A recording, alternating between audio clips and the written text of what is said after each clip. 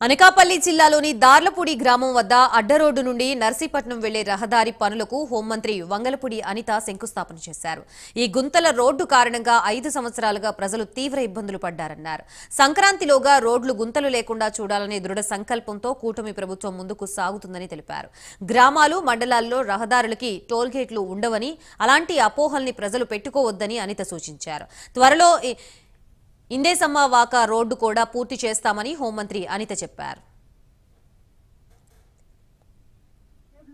4,80,00,000 పెట్టి విషయం ఏంటంటే చంద్రబాబు నాయుడు గారు ఆలోచన ఎలా ఉందంటే రేపు పొద్దున సంక్రాంతికి వచ్చే అల్లుళ్ళు ఎవరు కూడా మన రోడ్లు చూసుకుని తిట్టుకోకూడదు. కాబట్టి గొంతులు లేని రోడ్లు అంటే మీ ఊరికి వచ్చేటప్పుడు ఆడపిల్లలు అంటారు కదా, రోడ్లన్నీ పాడైపోయి మా అత్తగారు ఊరు వెళ్ళాలంటే ఇబ్బందిగా ఉంది అని చెప్పి మాట్లాడుతుంటారు కదా మీ అల్లుళ్ళు. అందుకనే సంక్రాంతికి పెట్టారు టార్గెట్ చంద్రబాబు నాయుడు గారు.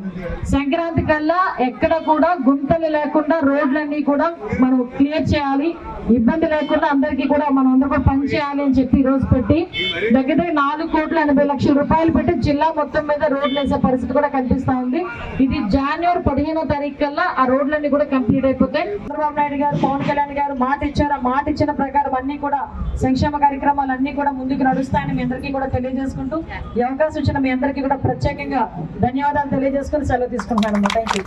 దగ్గర 68 రోడ్లు 4,80,00,000 పెట్టి విషయం ఏంటంటే చంద్రబాబు నాయుడు గారు